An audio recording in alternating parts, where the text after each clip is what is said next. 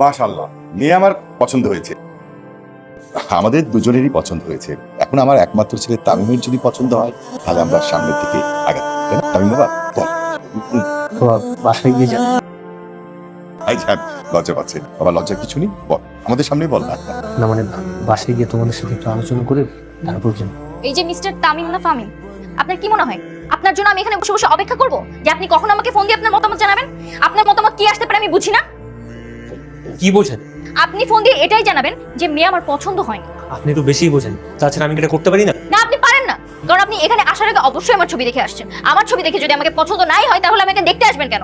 তার মানে ধরেন আমি যদি কোনো একটা কাপড়ের শোরুমে যাই, সেখানে যদি আমার কোনো একটা প্রোডাক্ট পছন্দ হয়, সেটা আমার সেদিনই কিনে নিয়ে আসতে হবে। আমি সেটা দেখে এসে পরের দিন যা কিনতে পারবো না, তাই তো? এই যে মিস্টার, আমাকে কি আপনার প্রোডাক্ট মনে হয়? আমি কোনো প্রোডাক্ট না। সাথী কি শুরু করলি তুই? বাবা তুমি চুপ থাকো। তুমি কোন লাশ শেপকে বাসায় ধরে নিয়ে আসছো? হ্যাঁ, দেশে তার মতামত এখানে জানাতে পারবে না, তাকে মতামত জানাতে হলে বাসায় যেতে হবে। তোমার মেয়ে কি শক্ত হয়ে গেছে নাকি? আমার মতামতের কোনো দাম নেই, আমি আমার মতামত জানাচ্ছি এখন। আমার মতামত হচ্ছে আপনি রিজেক্টেড। আর আপনি আমার কি রিজেক্ট করবেন? আপনি আমার রিজেক্ট করে আধা ঘন্টা আগে আমি আপনার রিজেক্ট করে বসে আছি, শুধুমাত্র আপনি অপমানিত বোধ করবেন বলে আপনার মুখের উপর আমি বলিনি।